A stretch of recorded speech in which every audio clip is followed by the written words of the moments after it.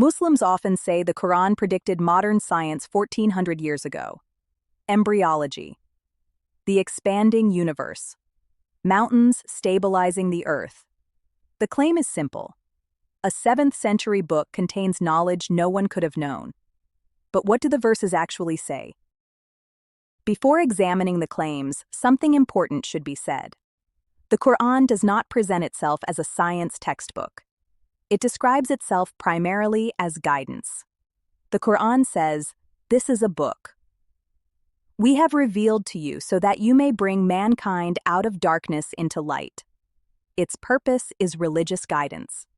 But many modern Muslim speakers argue that the Qur'an also contains scientific discoveries centuries ahead of humanity.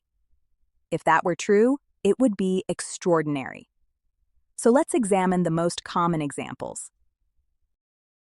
One of the most frequently cited examples involves embryology.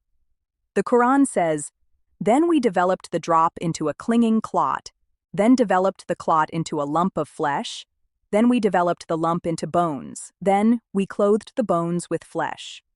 Muslim speakers often argue this describes modern embryology. A Western embryologist named Keith Moore is frequently cited in connection with this claim. But historically, there are several issues. First, the sequence described in the verse says, "Bones form and are then clothed with flesh." Modern embryology shows that bone and muscle tissue develop together during early development. Second, descriptions of embryonic stages similar to these already existed in late antiquity. Greek medical writers like Galen described fetal development progressing through stages of fluid, blood-like material, flesh, and bone.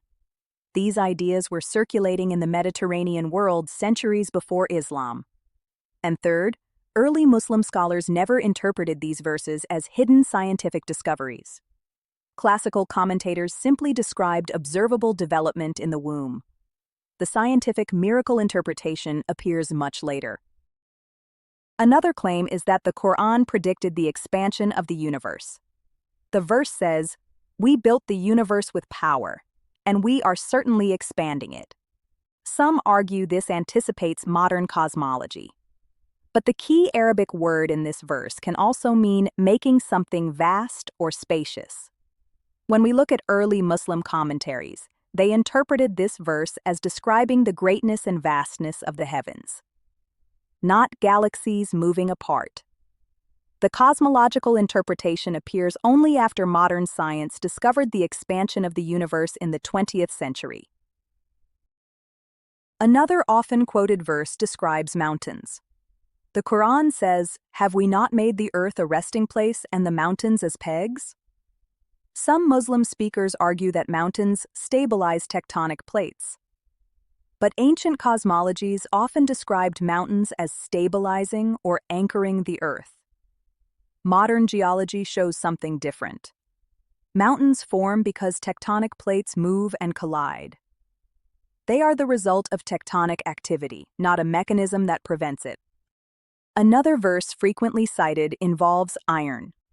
The Qur'an says, "And we sent down iron, in which there is great strength and benefits for humanity." Some argue this refers to iron originating from meteorites. But the phrase "sent down" is commonly used in the Qur'an to describe God providing things for humanity. The Qur'an also says God sent down clothing and livestock. Those obviously did not fall from the sky. So the phrase likely means that God provided iron for human use. Here is something many people do not realize. For over 1,000 years, Muslim scholars defended the Qur'an in other ways. They argued its miracle was its Arabic language, its literary beauty, and its message. The modern scientific miracles argument became popular in the late 20th century. A French physician named Maurice Bucaille published a book called The Bible, the Qur'an, and Science in 1976. The book argued that the Qur'an contained modern scientific knowledge.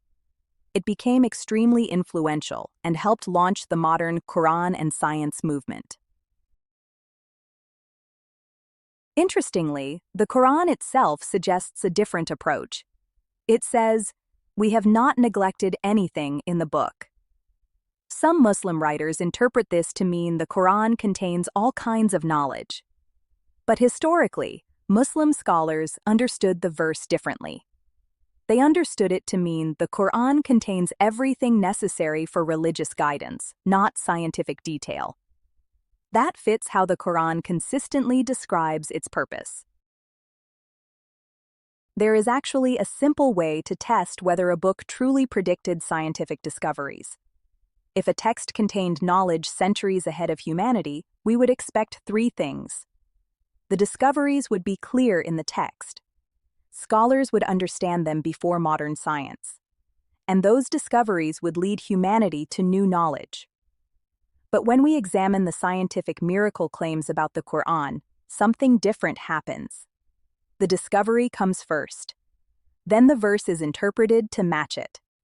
In every case, modern science appears first, and the scientific meaning is read back into the text. That is not prediction. That is retrofitting. The Quran speaks about the natural world in the language of its time. Its purpose is religious guidance. When people claim it predicted modern science, the verses usually turn out to be poetic descriptions that are reinterpreted centuries later. The real question is not whether ancient texts talk about nature. The real question is whether they clearly reveal scientific discoveries before anyone else knew them. And historically, that simply is not what we see. If you're ready to learn, grow, and speak truth in love, join us, subscribe now. The conversation starts here.